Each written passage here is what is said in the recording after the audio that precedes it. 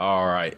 Back again. I am privileged to have my brother and my sister-in-law, CJ and Cora, or Maurice, for more formal folk. But I'm excited to have them on here and to interview them. I admire them and I learn a lot from their marriage and their life. And I think that they are going to add a beautiful part of their life to this conversation that we are having. With this book journey. So, guys, I have some questions for you, but feel free to introduce yourselves, say what's up, have a good time. Don't hide the smirk. I can already see it coming.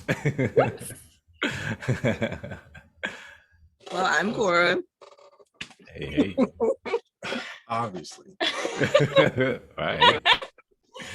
All right. What else can I say? Whatever you want. Yep. I, You can tell us what Who's you gonna do. You edit can tell us this? where you're from. yeah. Well, I'm an artist. I do portraits. Awesome No, but portraits. thank you. Mhm. I do portraits and painting, and I'm actually learning calligraphy now. Mm. That is what I do personally, but for work, I'm an accounts payable. I'm from Miami, Florida, born and raised in the county of Dade. 305, man.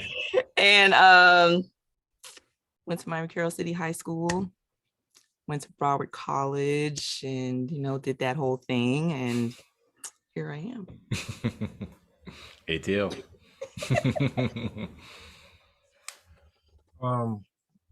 Maurice Lavender Jr., Mitchell's older brother. Government. And only, brother. Yeah.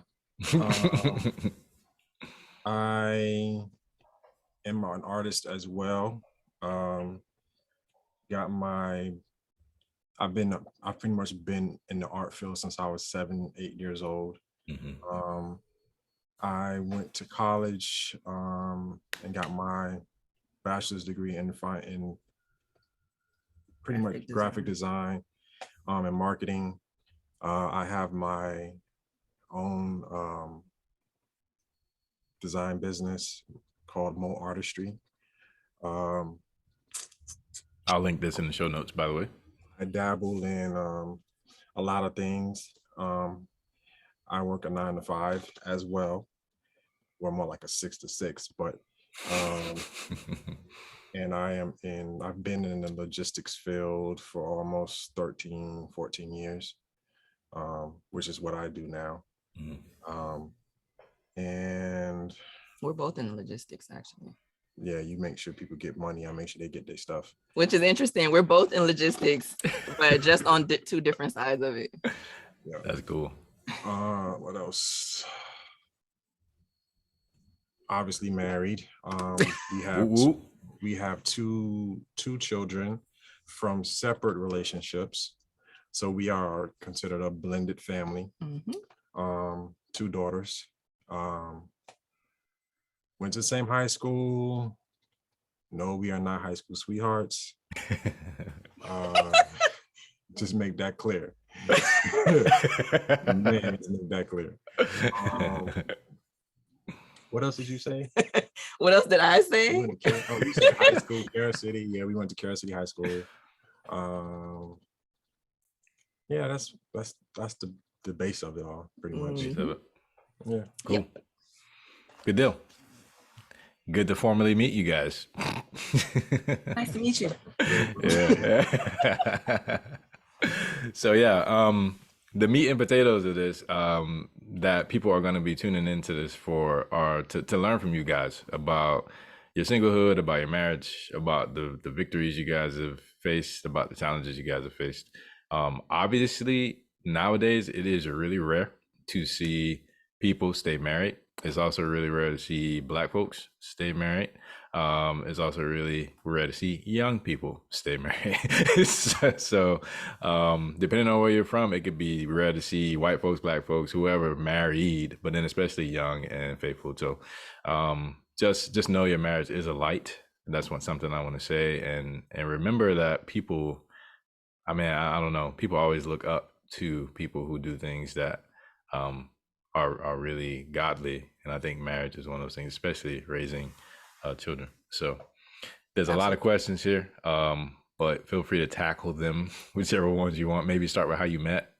I don't know if you want to. Oh boy. High school, I'm assuming.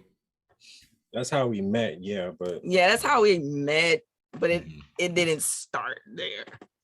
Okay. There's a story. I mean, since we're on the topic of how we met in 10th grade in a Spanish class. And Hola. we met in Spanish class, and we had a lot of mutual friends, and we would hang out every now and then, but nothing really came from that. I don't know if you want to get into that, but nothing came from that. I will be honest.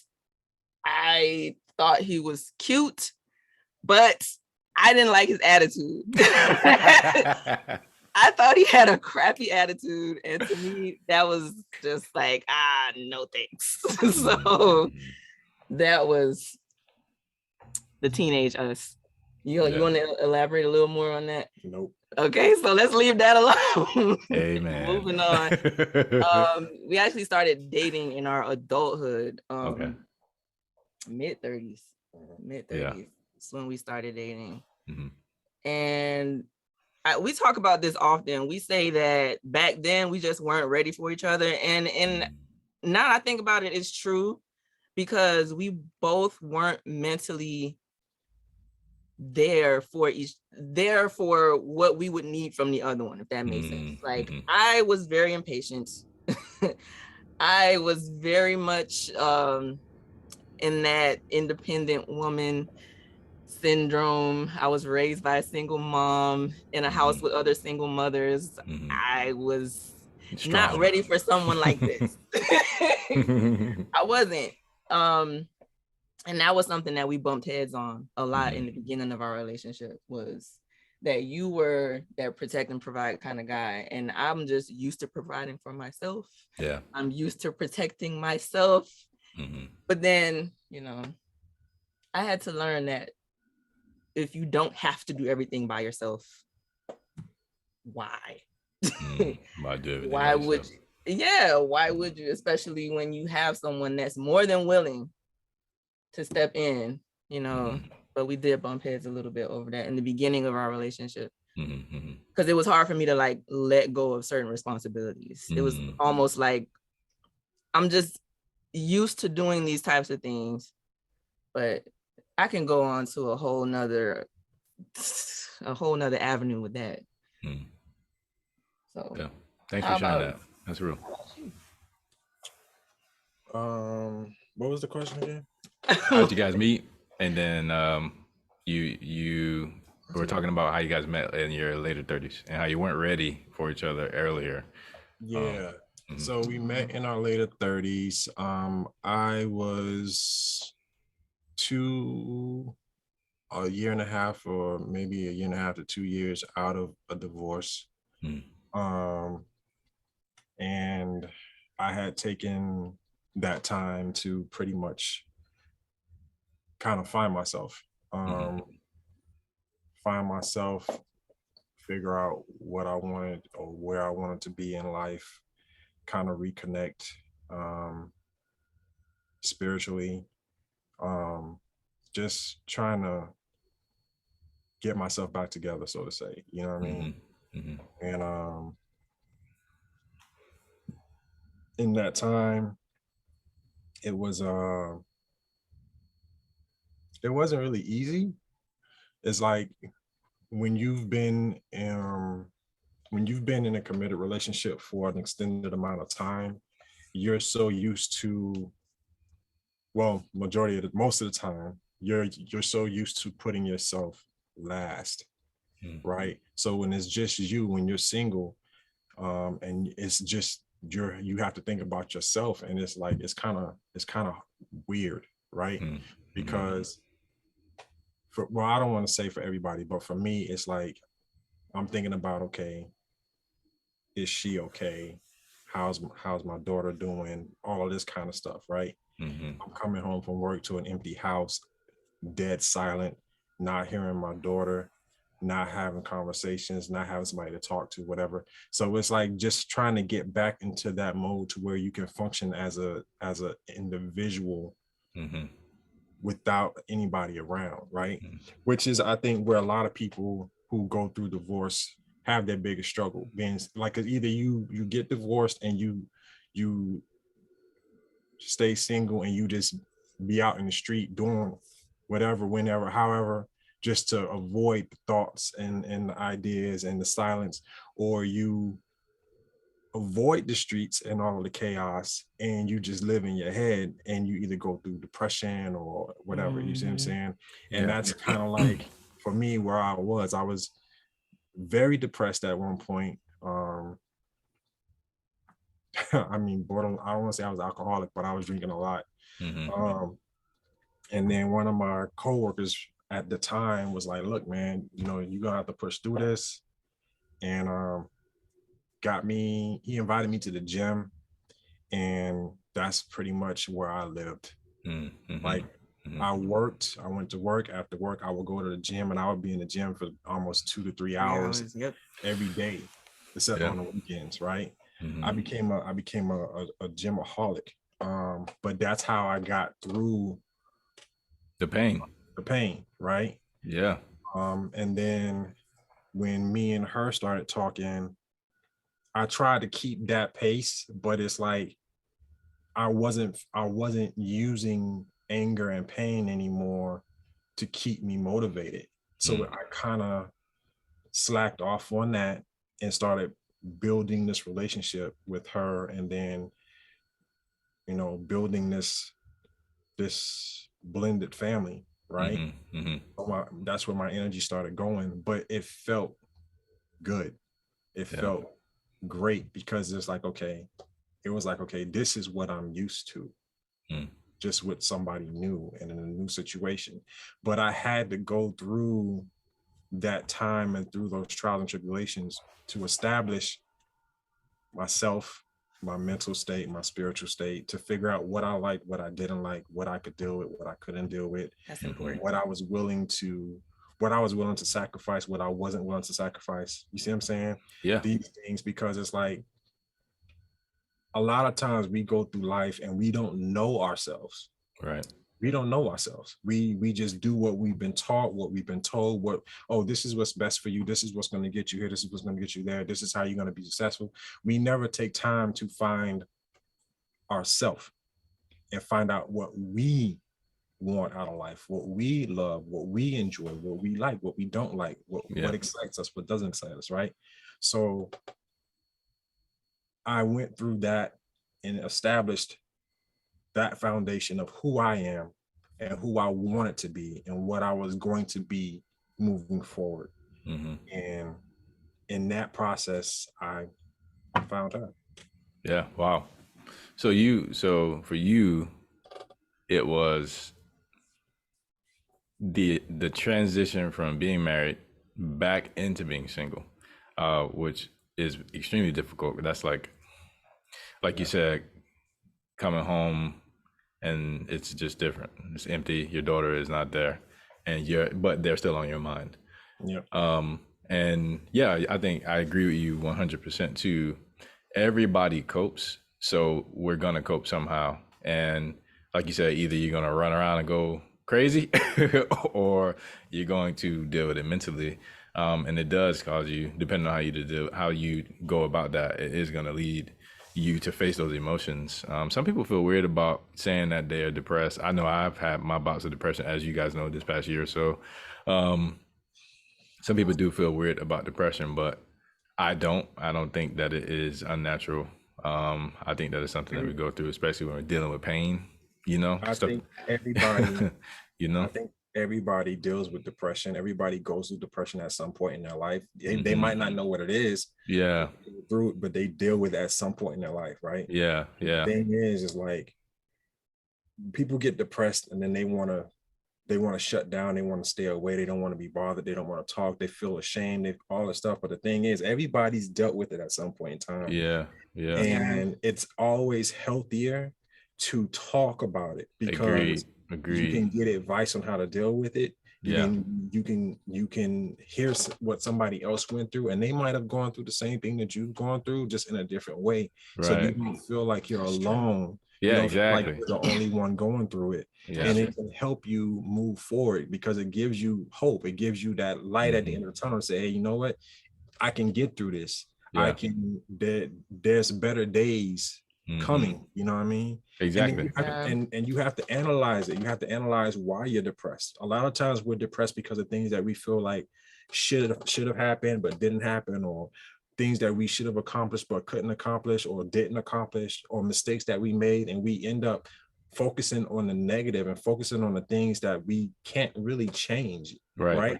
And it's like, you have to take those situations and utilize them as lessons. Yep. Even if you failed at something, right? It's like, okay, you failed. So what? You're not a failure. You're a failure if you don't get up and try again. Yeah, when you stop trying. When you stop trying, that's when you fail, right? Yep. So it's like, okay, yeah, you lost. You didn't get that goal, or you didn't graduate this year, or you didn't get that promotion or whatever. But guess what? There's always tomorrow.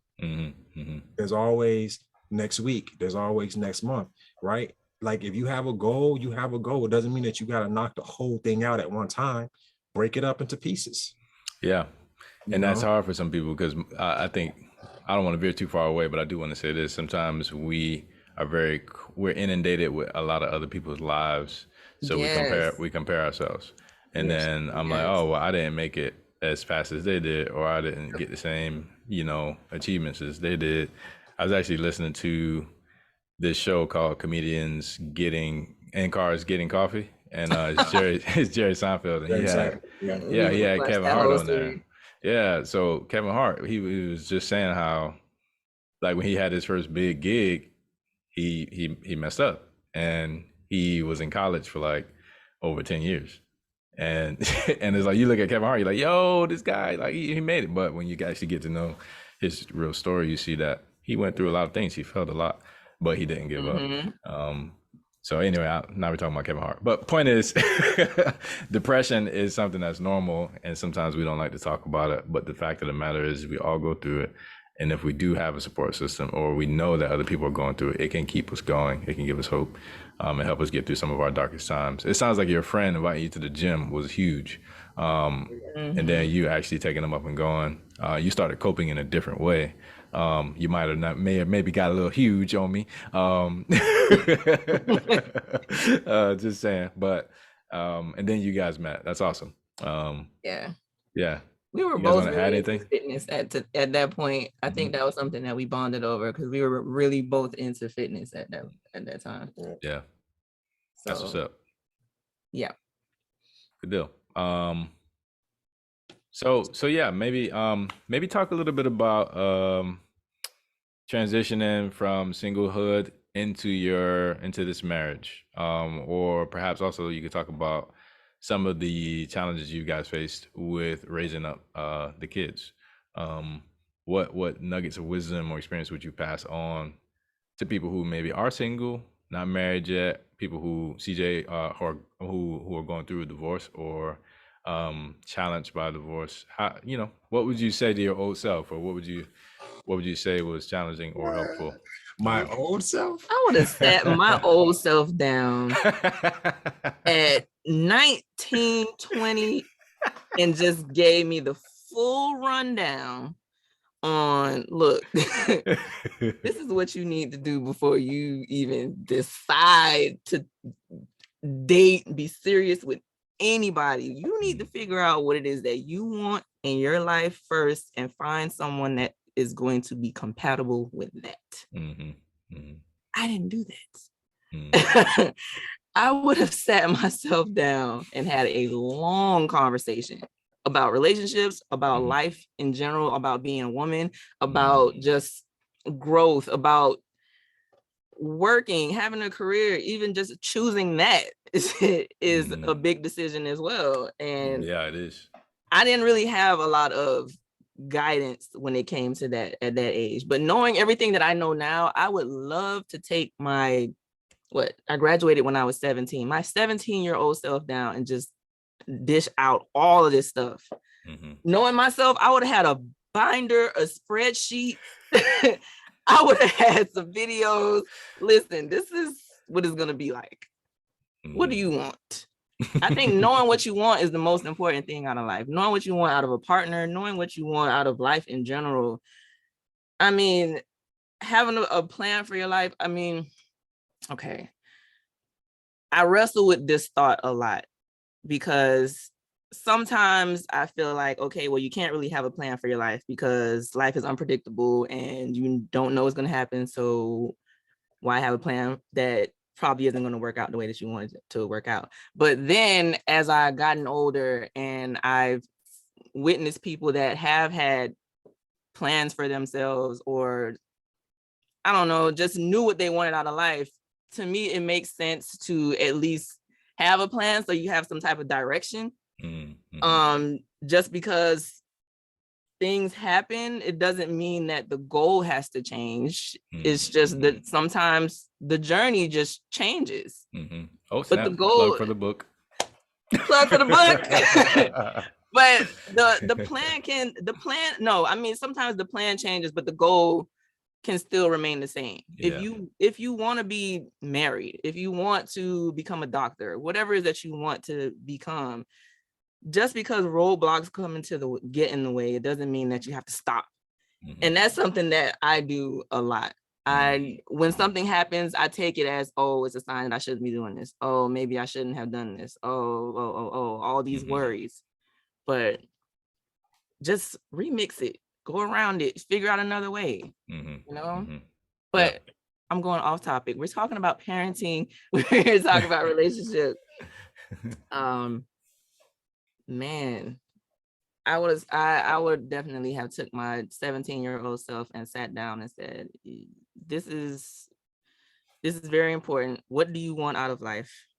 Because just accepting life as it comes, accepting everything as it comes, and not having some type of goal or a plan is dangerous to me. Because then you'll accept anything. Yeah. So it sounds like you're getting at, like, some people choose to go through life in a proactive way. Some people choose to go through life in a more passive way. And we're probably got some people who are in between, passive with some things, proactive with others. You probably have some type A who are like, you're trying to control everything yourself you can control, but you probably have some people who aren't type A who are like not even controlling what they can control. Exactly. Yeah. For sure. Yeah, that makes a lot of sense. So you're saying even if you can't control everything, you can still control what you can control, and you can still chart your course, even though there's going to be detours, delays, roadblocks, etc. Having direction, knowing what you want is actually important. I couldn't agree more, because especially when you're younger, CJ, you hinted at it earlier, sometimes you get inundated with what other people want, or what other people think you should want, or what other people think is best for you or your life.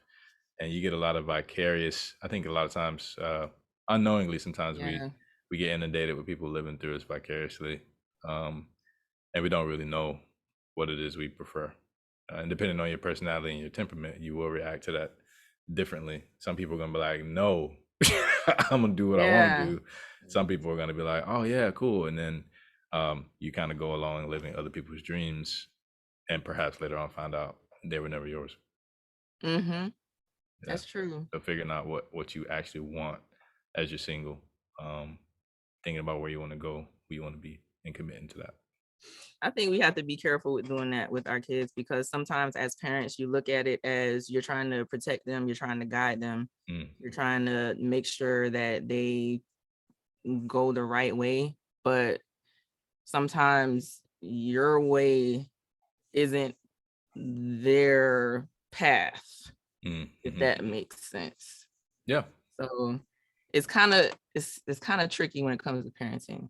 You know, you want them to grow and go in the right direction, but some things they have to learn on their own. Some things you have to allow them to just learn for themselves.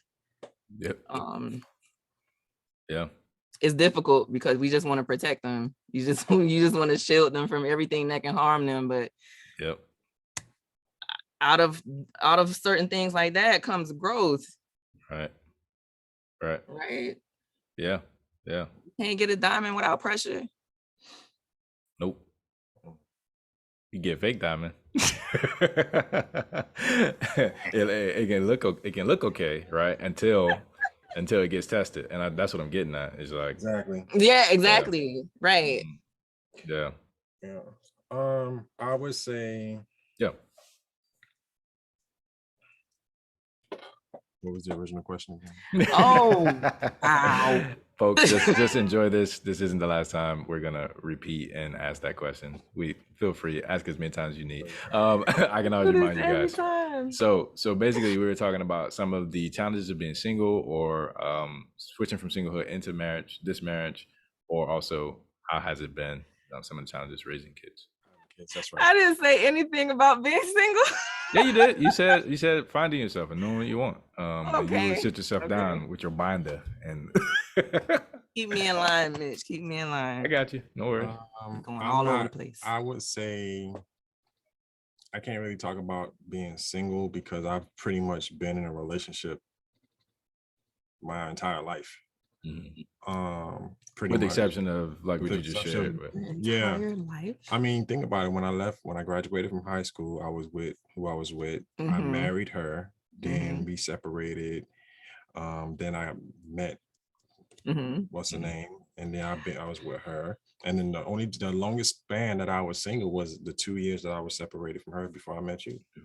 So I've been in committed relationships pretty much since I was 24. Well, since high school. Since high school, basically. Since high school. Yeah. And you were away from home during that time, right? Yeah. So I've always been in a committed relationship. I've always pretty much been handling my own and being responsible for myself.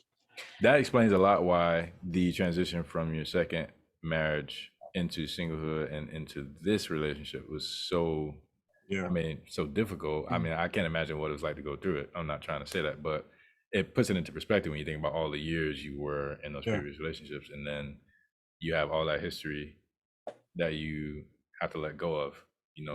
Letting go is don't nobody like letting go. For the record, I want to say this for the record too. For the men who hear this, getting divorced does not mean you failed. It doesn't mean that you failed as a man. It doesn't mean that you failed as a husband or a father. And even if you did something horrible or whatever, it doesn't matter. You're human. You make mistakes, right? Better or worse, sickness and health, so death do us part. We take vows, and at the end of the day, a lot of times we forget how serious those vows are. No matter what happens in your marriage, you are supposed to try to work through it before you just up and leave. Okay. So it's like, I want people to understand that, because for a long time, I felt like I failed. I felt like a failure because my marriages didn't work, or because I couldn't figure out how to make them happy or how to make them stay or whatever. And it's like, at the end of the day, you can't make anybody do something they don't want to do. Okay. It don't matter how much you love them, how much of your time you sacrifice, your energy you sacrifice, your money, anything. It doesn't matter. If they don't want to be there, they are not going to be there. And that's spiritually, mentally, and physically. Okay. That's just the way it is. So as a man, you have to remember that if you got divorced, if you were separate, if you separated from your wife or something, or whatever it may be, it doesn't mean you failed. Okay. It just means that was it. Y'all grew apart. The situation changed, whatever. It just wasn't meant to happen. It just wasn't going to work anymore. Because people, especially when you get married young, okay, you get married young, you don't even know who you are yet. So you're trying to figure out yourself and your partner. They're trying to figure out themselves and you, and y'all trying to figure out how to live together, prosper together, grow together, do all of this stuff that nobody taught you how to do and you probably didn't really have an example on how to do it the right way or the proper way or whatever. That's a lot of pressure. So a lot of us didn't have that guidance though. Well, that's what I'm saying. Like for like I was saying, for my situation, like the the environment that I was raised in, you know, we were raised in completely different household settings. Yeah. CJ, he came from a household with, you know, two parents, all of his siblings from the same parent. Everyone, you know, it's a stable house. To me, that's a stable household. Doesn't mean it doesn't have its no. And I learned that. Yeah. I learned that from this relationship, because for the longest I've always thought, oh, having a mother and a father in the house, and you know, just having that family structure is perfect. That's the goal. That's what everyone should do. Nope, but I realized later in life that that's not all that perfect as it seems. It has its challenges. It definitely has its challenges. Oh yeah, it does. But what I was getting at was, from me being raised by a single mother, to me that was normal. So with then becoming a single mother, it wasn't that big of a, oh my God, I'm a single mom, what am I gonna do? I've seen this all my life. All right, this is what we're gonna do. Da, da, da, da, we got to get this rolling. Da, da, da, da. Not saying that was the goal, but it just ended up that way. Yeah. And just seeing how he is with his family, how your mom and dad are, knowing that he's been married twice before, I'm like, I to me it just felt like I didn't get the proper upbringing. I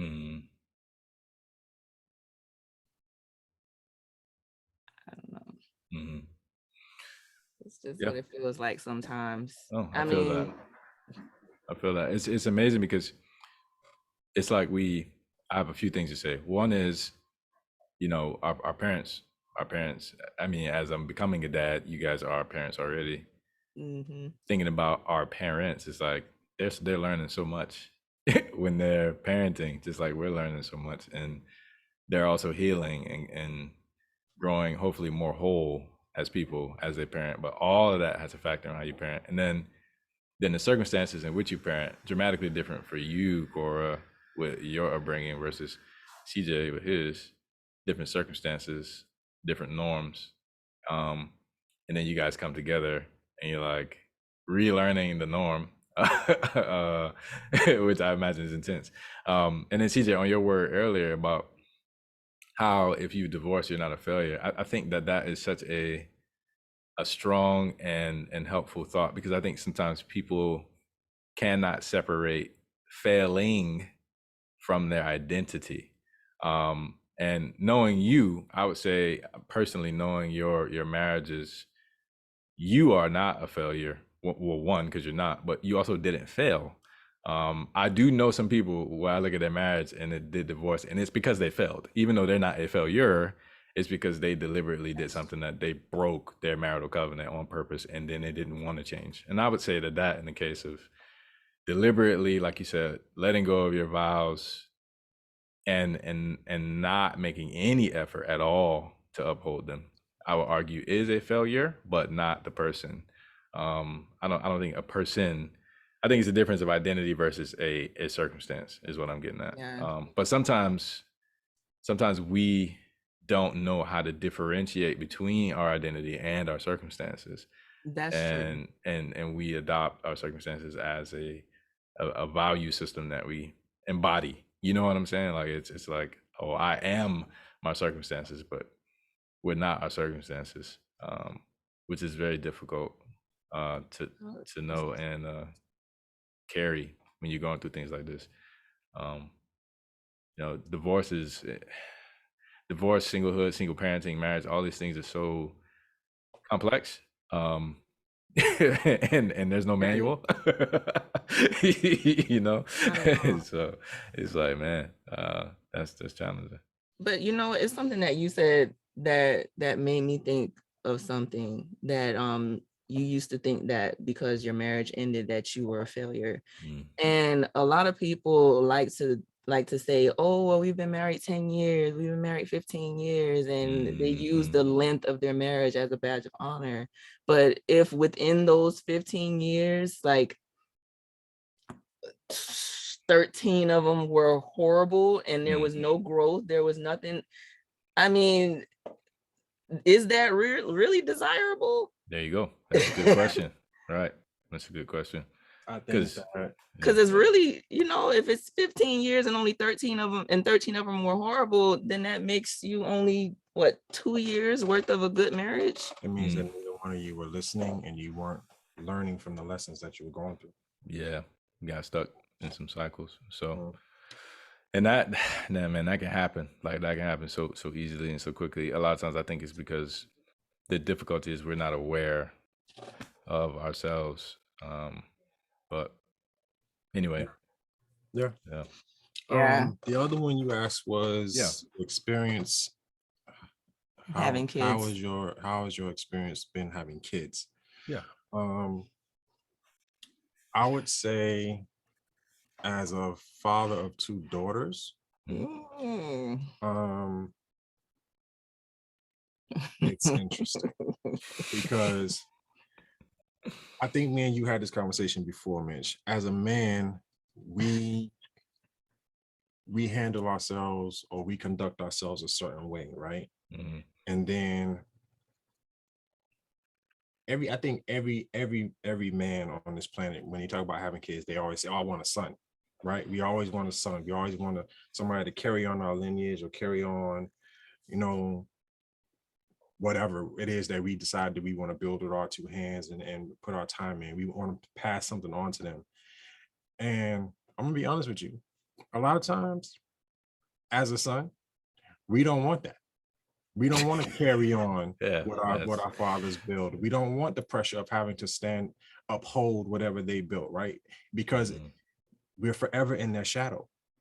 And we can't build our own without judgment, without feeling like we let our dad down, and without people who know your father and know his lineage and know his status. Like, man, why didn't, like, you're nothing like your dad. You didn't, you know what I'm saying? So now you're stuck trying to uphold something that you never wanted in the first place. And you can't be yourself. You can't show yourself. You can't show who you are, what you're capable of building, and what you want to create, because you got to hold up this monument of your father, right? And I'm not knocking anybody who does do that, because I mean, there's honor in that too. If you decide to honor your father in that way, then fine, okay? But everybody don't want to do that, and everybody don't want that pressure. Yeah. Some can't handle that pressure. Honestly. Okay. That's true. That's honest. Yeah. And then having daughters, they ain't gonna hold up nothing that you do as a dad. They don't even want to go they don't even want to go out with you on the weekend and do what you want to do. Can I say something? Hold on. Let me finish. Okay. Let me finish. All right. Okay. Right? Like I can be like, hey, I'm going here. Y'all want to come with me? And they're like, no, we going with mom. They don't even want to hang out with you. That happened recently. They don't. They don't even want to hang out with you. The only time they want to hang out with you is when you're doing something that they want to do, right? If it's something that they want to go shopping, or they want to go to this store or whatever. Can I just say the exact response? His question to the girls was, okay, who's coming with me? And then who's going with mom? And they're like, well, which one is going to have the most fun? He was like, okay, just go with her. Oh, man. You know what I'm saying? So it's like, and then it's like, but I will say this. Having daughters helped me become a better man. Okay? Because it made me realize how to handle feminine energy. All right. How to listen better, how to be more patient, more understanding, not so overbearing, right? As Mhm. men, we have a tendency to be very,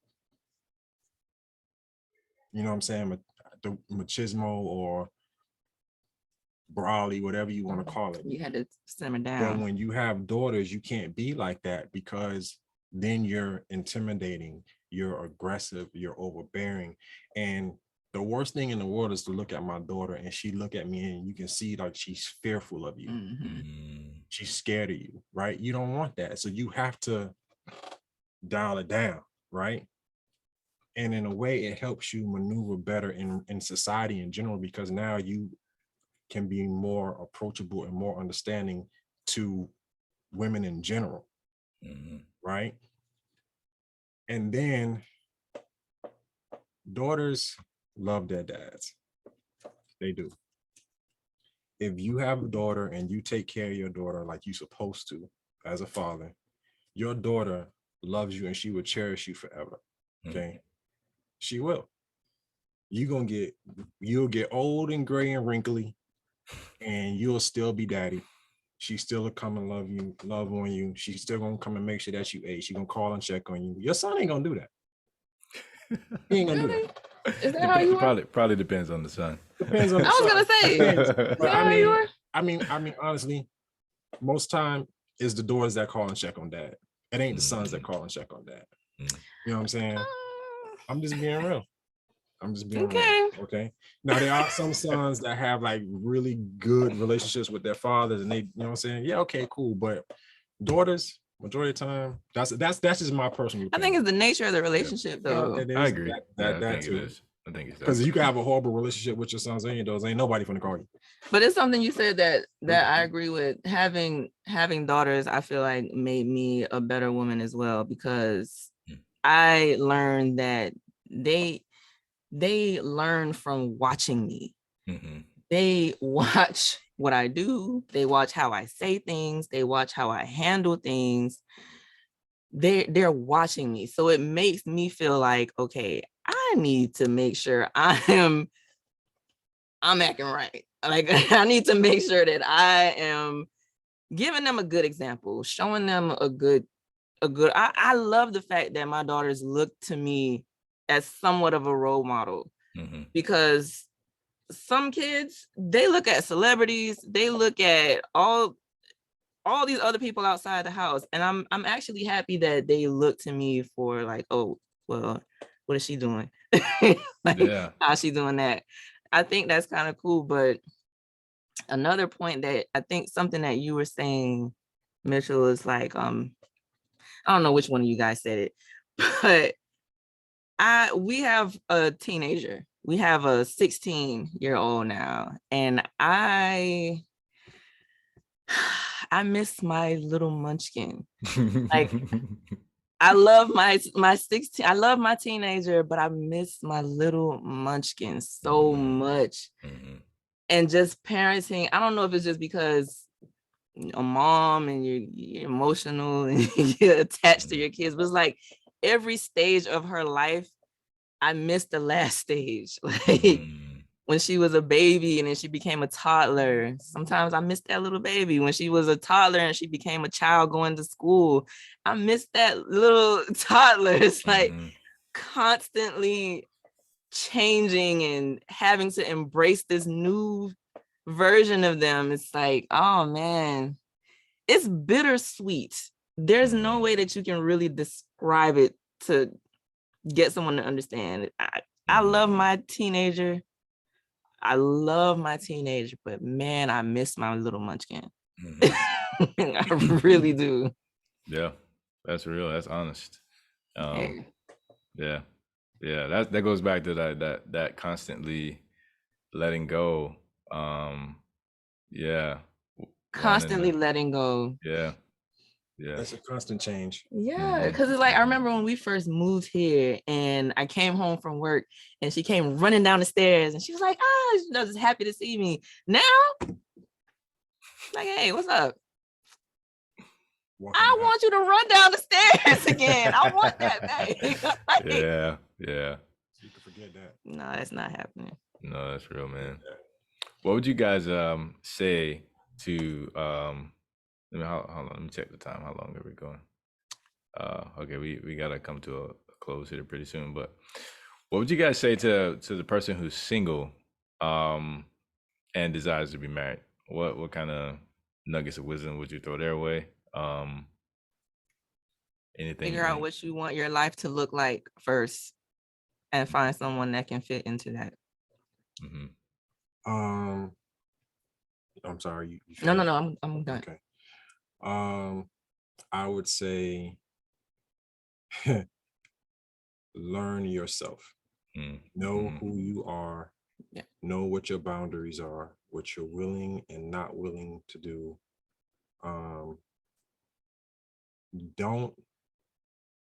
Don't ask more of someone than you are willing to give of yourself. Okay.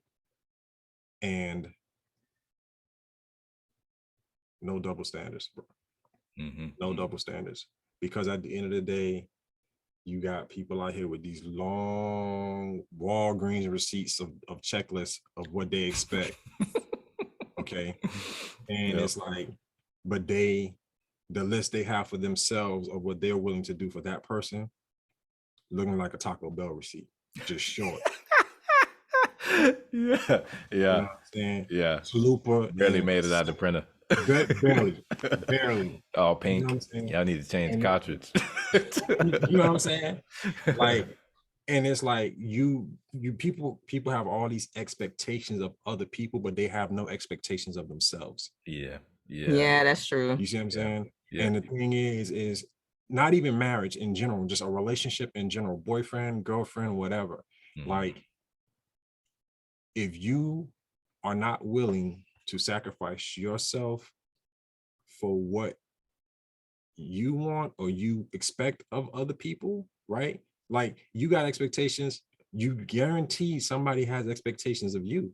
Yeah. You know what I'm saying? Right. So it's like, if you're not willing to do what you're asking someone else to do, you have no business asking them to do it. Yeah. Hands down. Yeah. I comment on that. It's funny you brought that up. There's a chapter in the book called Choosing a Partner. And in no way am I telling people how to choose a partner, but I'm just pointing out some things that make a huge difference. And one of those things is understanding your values and what you want in a partner, but being willing to become that. Because again, double standards. If I'm selfishly just demanding and only thinking about what I want, but I'm not thinking about being a person who gives, then I'm already entering a relationship in a fashion that is not going to be helpful. And so it's so easy to think about what is in this for me rather than what can I bring to this to make it great for us, you know? Yeah. So marriage is a selfless act. Yeah. You cannot be selfish and be married. Okay. You can be single and be selfish all day. And then throw kids in the mix. Okay? But the minute that you get married and you have children, you cannot be selfish anymore, because you have a responsibility to those individuals. Okay. And the fact of the matter is at the end of the day, when you realize that and you learn that, right, then you will start to see that relationship blossom, because now that person sees you doing for them. And if they're not a selfish person, it's going to excite them to want to do for you. You see what I'm saying? Yeah. Yeah. As a selfish person, you're always just trying to get everything that you want for yourself all the time, not realizing that you're in a relationship and that person would be willing to get everything for you that you want if you would be willing to do the same for them. But if you selfish, you always acting for self, they looking at you like, bro, you ain't even thinking about me at all. Yeah. Why would I do anything for you? Yeah. Yeah. So you create, by being selfish, you create a selfish partner. That's crazy. You see what I'm saying? Yeah. So it's like, I say this all the time. Your wife, as a husband, your wife is like the bank. The more money you put in, the more money you can withdraw. Okay. buy flowers, take her to dinner, go out. I love Cora's face. All of this is investment.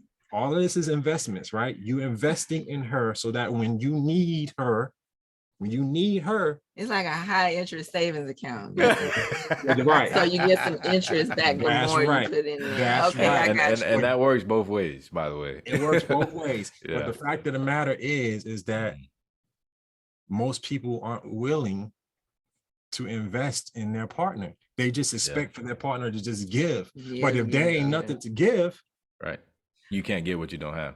You can't get what and you then don't you have. in debt. Yeah, right. And one of the most one of the most compelling I like you know. Y'all tripping. One of the most compelling pictures of marriage for me is in the scriptures, is Ephesians 5. And some people focus on the whole wives submit to your husband part. I that's not what I'm focusing on. What I'm focusing on is what is painted about the way Jesus loves the church. And it talks about how husbands are to love their wives like Christ loved the church. And that picture of Jesus loving his people, when I say church, this isn't for y'all, but for people who are listening, when I say church, I don't mean a building. I mean his covenant people. When he loves those people, when you read about those people in the Bible, you like, yo, they're like us. They busted.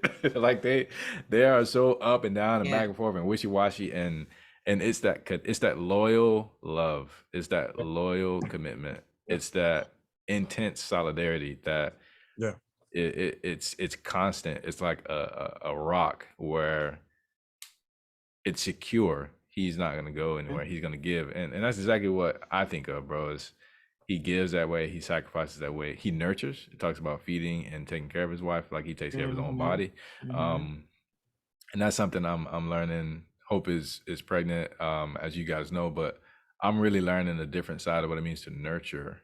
Like I feel like I've loved her, I do, and I'm loyal to her without a question, but I'm realizing the depth of what it means to nurture someone. So even if it's like, we are married and like we making it, that's good, but then I'm realizing like, but there's steps further. There's connecting, and then there's actually nurturing each other. And I'm like, wow. There is nothing more important. There is nothing more important than being a husband to your wife when she is giving birth to your seed. Okay, please understand, and this is for you because you going through this right now, but it's also for your listeners and your audience and everybody. When you decide to lay with a woman and impregnate her, and y'all bring a life into this world, right? And then you decide not to nurture her and not to be there for her and not to do this. Listen, bro. This is what I put in the category of failing. This is from failing on all points, because now that woman has trusted you with her life, okay, and with the life of the child that you guys are bringing into this world, okay. If you fail at that point, do you really think she would ever trust you again? Do you think she would ever have respect for you again? That she would ever want to submit to you again? Why would she? Why would she? Not just for the fact that you are with her, but for the fact that she is bringing your seed. Yeah, into I'm this seeing Cora's gears turn. So they spinning. They spinning. You see what I'm saying? Yeah. And it's like, and then on the other side of that, when you see a husband that is there for his wife, when she's bringing that seed into the world, when she's bringing that child into the world, the love that he pours into her, right? Getting up in the middle of the night to get a hot towel or to fluff her pillow or to rub her feet, to make dinner, to make sure the house is clean because she can't do it, to take over all of that so that she can just focus on bringing that baby into the world, bro, right? Wow. That right there, from a woman's perspective, she's going to have she might love you, she loves you, but her love for you is going to grow deeper because she's going to realize that this man really does care about me.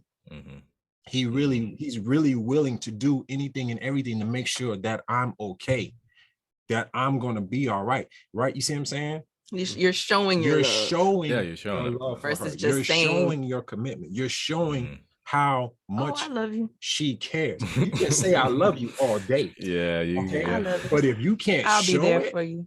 yeah. if you can't show it, I'm sorry, man. Then you might as well just shut up. Yeah, Shut up. right. Because at Stop that point, wasting oxygen because somebody else needs that oxygen that you wasting. Mm. You see what I'm saying? Oh my. That's just all to it. Yeah, You no, know what I mean? And that's it's like, real.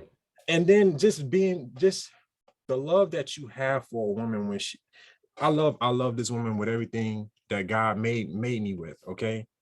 But I promise you, the love that she knows of me now would be 10 times more greater if we were having a baby, because she would feel like I'm just telling you. Wait a minute. Okay. All right. Okay. We can You talk. already see how passionate and intense I am with you. We can talk right? offline. Right? No, I get it. I You get understand what what you're I'm saying? saying. No, I get it. I get it. There's something different. There's something This that is something different. switches. This is a It's different. something that switches when Ain't no you word see for it. when you see your spouse and you see her bringing that life into this world. It's just something in you that changes. And at that point, if you weren't all in, you better be all in. You see what I'm saying? Mhm. You would love You me have 10 to- times more if I had your baby. Why? I already told you this. I Well, already you told know what? That's gonna be a conversation later on. Offline. All right. Couple more questions here. What you got? What else would you say to someone who is who's married, but perhaps they're having a hard time? Like, I mean, I know we have had our extended conversations as a family through our rough passes and things that we worked through, and times that we needed to hold on to hope. And so that's normal for the four of us, hope included. Just for you guys listening to this, we talk about this stuff usually in person or on extended phone conversations, because married couples need to keep other married couples strong. That's something that Guaranteed. I had to take a deep breath. I would say Whew. that if you are struggling in your marriage, you need to have a real conversation. Marriage ain't no joke. And you need to and not it shouldn't be no fluff, no I'm gonna say what I think she want to hear or what I think he want to hear. No, you need to just cut through the BS and say exactly what it is, because at the end of the day, if you married and y'all acting like roommates, because that's a problem. Y'all walking around each other, y'all can't talk. You walk in the room and she walk out the room because she just don't want to see you or whatever. Like, you have there's something going on. And if it hasn't been brought up in conversation, in communication, somebody lying. Oh, are you okay today? I'm fine. What's wrong? Nothing. Right? No, there's something wrong. Your body language will never lie. Yeah, especially your body won't lie either. Your body won't lie, right? Your body won't lie. She'll tell me she fine all day, and I'll look at her body language. I'm like, no, you're not. The same thing. And it's the same thing with me. My face don't lie. I can tell you I'm good. My face gonna be like, don't even talk to me. When I say that, it's because I don't really want to talk about it at that moment. So I'll just say I'm fine so you can move on. But you're not gonna move on. No, so you're not. I gotta tell you. You have to just don't want to talk. You have to learn how to communicate and safely communicate. I'm not talking about arguing and yelling and all the back and forth. That's not helpful. Because the minute your tone change or your pitch goes up or somebody start yelling or any of that, that other person is already done shut down. You're gonna signal what that means to them growing up. Exactly. And that could mean different things. They shut down. You can be saying all the right things, but they don't hear anything. No. You see what I'm saying? So I would say that communication is key. And if you aren't able to talk to each other, get a third party involved, whether it's counseling, a therapist, a friend of the family that you trust, And I would say this, don't try to talk counseling or therapy with people who have never been married, okay, or who have never had a committed relationship. Or don't have your best interest Or in don't heart. have your best interest at heart. Right. Okay. If you got a homeboy that's been single all his life and he a player and you married with kids, he ain't the dude you need to talk to about saving your marriage. Nope. If you It's sad that you need to say that, but he don't have no it's experience in what you're talking about. that's not All he exactly can do is coach you on how to get out of your marriage right. and be doing what he doing. But I have a question. I have a question. For something as serious as marriage, for something as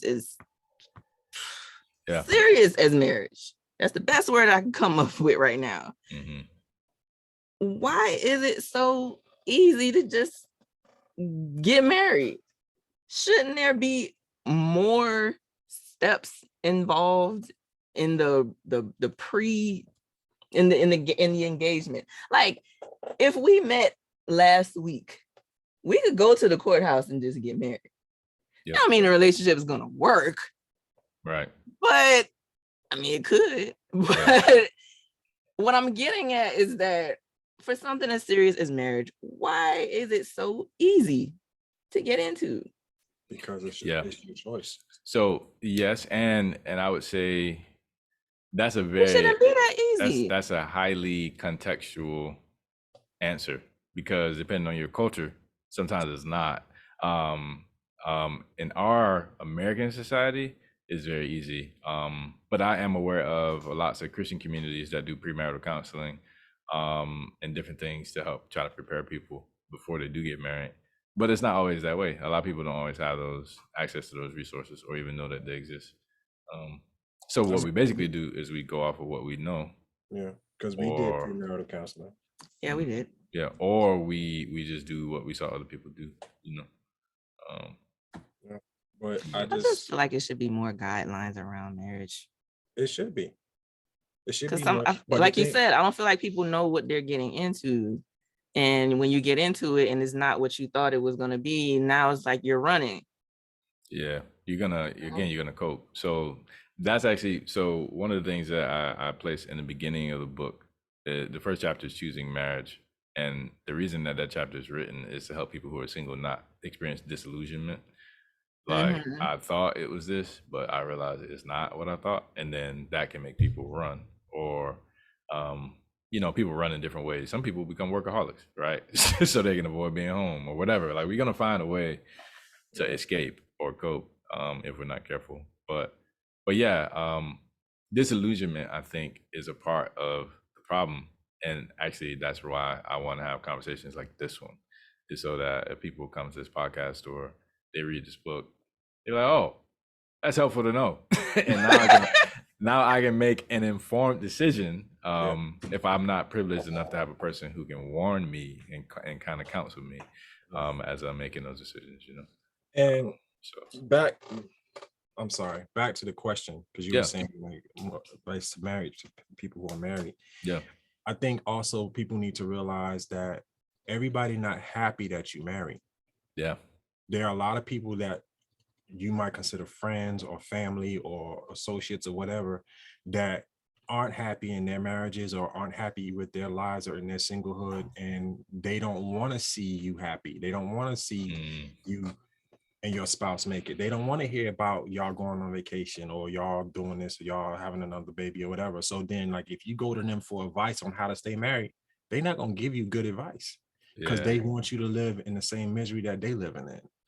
You see what I'm saying? Right. So you have to be very cautious on who you allow in your circle. And that's why it's more important for married people to keep majority of the people out of their business. And if you do talk to somebody about what's going on in your marriage, you have to be sure that they are somebody who does have the best intentions for you and your marriage.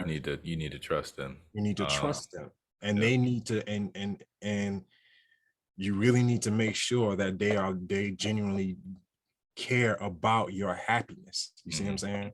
Because if they don't, they can mislead you. And if you trust them and they tell you something wrong, then you taking bad advice and you trying to fix something that can't be fixed because you're using the wrong metric.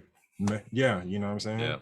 Yeah, Bro. yeah, for sure. Cora, what would you say to someone who is married, but maybe needs encouragement or to hold on? I would say just to have honest conversations. Have honest conversations with your spouse. And just, it's something that we do sometimes, is where when we want to get something off our chest, the other one can't speak. Just let the other one just get it all out. Don't judge them. Don't just get angry. Just let them say it all, no matter if it hurts, no matter how hard it is to hear. Just let them express themselves, because not only does that build trust, but it also helps you to bond. I think having those open and honest conversations is what has kept us so strong, because I feel like I don't have to hide from you. There were times where, we would argue often. So then I would just feel like, okay, now I'm walking on eggshells. I'm not going to say this because he's going to get upset. I'm not going to, now there's no communication happening. And we said communication is key. So now communication's not happening and there's a disconnect. I feel like allowing your spouse to be honest and just truthful with you about anything is very, very important, very helpful, very crucial in any marriage. I agree with what you said about just knowing yourself. Sometimes within your marriage, sometimes you just need to take time away to just be and learn you for a second. Like, you can't always think about the wife, think about the husband, think about the kids, and then you're not thinking about yourself. You can't neglect yourself within your marriage. It's very easy to do because you don't even realize it's happening. Right. You don't even realize that, hey, I haven't taken a break. I haven't given myself some time. I haven't spent time with God. Sometimes that's something you just need to do because you're so busy being a mom, being a wife, or being a husband. It's just take time for yourself. Make yourself have like a me time. That's the word I was looking for. Yeah, that would be my advice for married people that are struggling. Just be honest. Allow your partner to be honest. If you don't allow them to be honest, they're gonna hide from you. Yeah. So it's creating an atmosphere of security and safety. Hope and I, we don't do a lot of things right, but one of the things I think we do well is we have a very similar thing that you guys do. We call it safe time, and we try to once a week talk about the things we need to do better and the things that we do well. And like you said, the key is when the person's talking about what we need to do better, there's no defense from the spouse. It's my phone's open, I'm taking notes, and I only ask clarifying questions. There's no accusation, there's no shame, there's no defense. And what we found over the time that we've been doing that is that it deepens the security in your marriage, because now I don't have to wonder if there's something that is bothering her, and she doesn't have to wonder if there's something that's bothering me. And then it also helps us not talk about that stuff with people who are not in our marriage, who aren't going to help. Because there's some people who be like, hey, you need to talk to your right. There's other people who are just gonna be like you said, CJ, earlier, who aren't gonna push you in the right direction, and instead of probably gonna pull you away. So knowing those people who you trust is important. But the safe time has been something that has been a game changer for us, big time, for sure. So you said something earlier about you don't like talking about the whole submit husband, why submit to your husbands and stuff like that. Oh no, I didn't say I don't like talking about it. I was just saying I'm not going to talk about it. Yeah, you're not going to talk about it. But what I wanted to say on that is that I feel like people need to realize that you have to submit to each other. Yeah. Like it's not just the wife submitting to the husband. The husband has to submit to his wife as well. Yep. You have to be willing to show your wife who you are. You have to be willing to listen to your wife. You have to be willing to simmer down Simmer down now. Simmer down, shut up, get out of your masculine energy, and listen. Yep. It says that though. And listen to understand, right? No, it says that. It but says hold that. on. I know, but the fact of the matter is that when you hear people talk about the whole submissive stuff, Yeah. you never hear them talk about the man submitting to the woman. Because all you hear is women submit to your husbands. Listen, that part is you need to submit to triggering. each other. Yep. Okay. With And that's today's all to culture, it. that part can be triggering for some people. They So that's can why get that as topic triggered is as they want to. Their okay. relationship is not going to go anywhere if you always trying to tell your wife what to do and tell her that she need to listen to you and this and that, but you ain't willing to listen. Listen, most successful men who are married are successful because they listen to their wives. Amen. Okay? Because at the end of the day, we all masculine.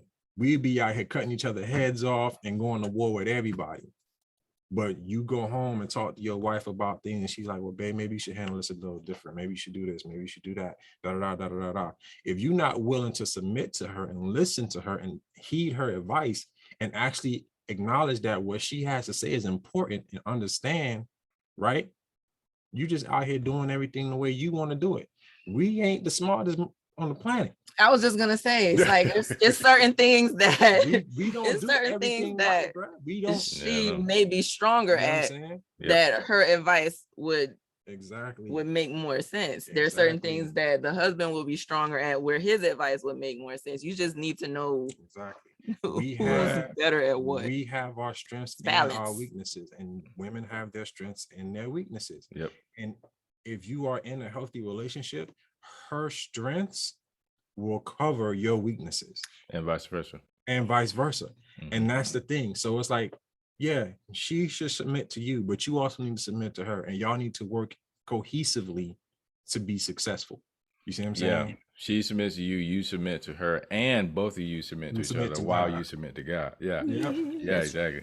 Yeah. No, this is in certain Christian circles, this is like a super hot and controversial topic. That's why I said earlier, I'm not making this about that. But it is. No, I said earlier that I'm not going to talk about it. Well, I regardless, the point is harmony. That's something that I mentioned also, and I think whatever, I forget which chapter, but it's harmony. It's you got notes, I got notes, and we can come together and we can make a crazy song that's out of sync, or we can actually blend it together into one new song that works well. And I'm not turning you down, or you not putting me on mute. I'm not blasting myself. It actually is cohesive. It sounds beautiful. It sounds beautiful, exactly. Now it takes work, but it makes a difference. And that's the beauty of harmony, is your distinctions are still distinct, but together the parts make a whole. And I think that's the beauty of it. Like, Jesus doesn't force us to have different personalities or have different talents. He gave us talent. He gave us a personality. He gave us temperaments. He lets us be who we are while we are submissive to him. So I don't know. Again, his picture of being a husband to the church is the best picture I know to look at. But I really like that analogy. I really do. Like, you take the low note, I'm gonna take the high note, and we just gonna go together, and you just be like, whoa. I'll go, whoa. And then we're gonna come together and we're gonna make this beautiful song, which is our marriage. Exactly. I like that. Yeah. I call it the life song. Okay. I'm doing too much. It's all good, man. We gotta wrap it up. So this has been good. I appreciate you guys sharing, being honest. Any last thoughts before I ask you for your information so I can send people to find your stuff? Any last thoughts? Buy my brother book, player. Buy the book. The journey is real. I'm gonna get a copy. Don't let me come look for you. Oh goodness. He ain't gonna find you. Yeah, he said he gonna look. He ain't say I'm gonna find you. He gonna look for you, but chances are he ain't gonna find you.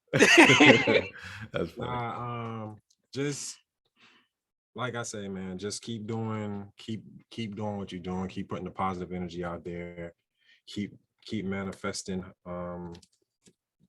what I mean, really what this world really needs right now is unity and understanding and communication. Yeah. And love, bro. Mm-hmm. For real. And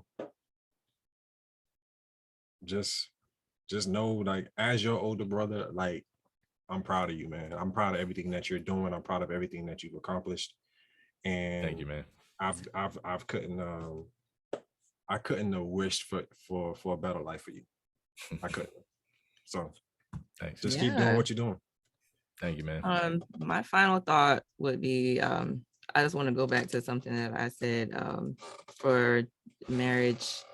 I said to find out what you want your life to look like and then find someone to fit in it. But I feel like what you said actually should come first.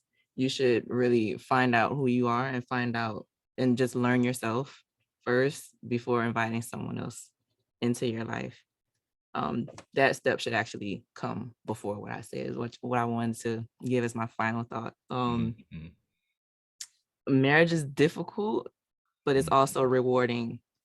There has been many times where I'm just gonna be straight up and be real. I know a lot of married people have thought this, where you thought, why did I get married? Like, yep. Did I why marry the did I wrong marry this person? person? Yeah. Right. Yeah. Did I marry the right person? Yep. But I feel like having those open and honest conversations can give you that answer. I'm happy we have open and honest conversations because we learn so much about each other. Mm-hmm. It makes me feel comfortable and confident in my relationship. Mm-hmm. And it's good. Yeah. Like it. Yeah. That's and as your older sister, I just want to say, just kidding. She just wants to say, just kidding. It's great. Yeah, I just want to say, just kidding. No, but I'm happy for you. I like what you're doing here. I look forward to hearing more couples talk about their journey. This is good. I like this. Awesome. Sweet. Where can people find you, your work, your art, YouTube channel? Finger pointing. What we got? Well, you can find me at artwork. Blah, blah, blah. Skip over that. Artwork by Cora. That is ARTWORK. Because I can't spell. Don't find me because I can't spell. Artwork by Cora on YouTube. Sweet. And Instagram. Artwork by Cora. That's where you can find my work. I appreciate all of you. I'm sorry. I'm a weirdo. I can take out anything that you guys don't want me to keep in here. Or I can just leave it all in because it's real. Bloopers! Who's here for the bloopers? Yep. Who's here for the bloopers? You can find me. Well, it depends on what you're looking for. If you're looking for me as a graphic designer, for business branding or marketing, anything of that nature, Mo Artistry, which is going to be MOE.ARTISTRY on Instagram. If you just want conversation, just want to chat or whatever, you can find me on Twitter, and that is Papa Reese. Twitter. Which is, give me a second here. Mm-hmm. Make sure that I give it to you the right way. And give me a second. I don't need to record this part. Hold on. Let me save some space. Sometime. Yeah. Hold on. I'm gonna stop it. Okay.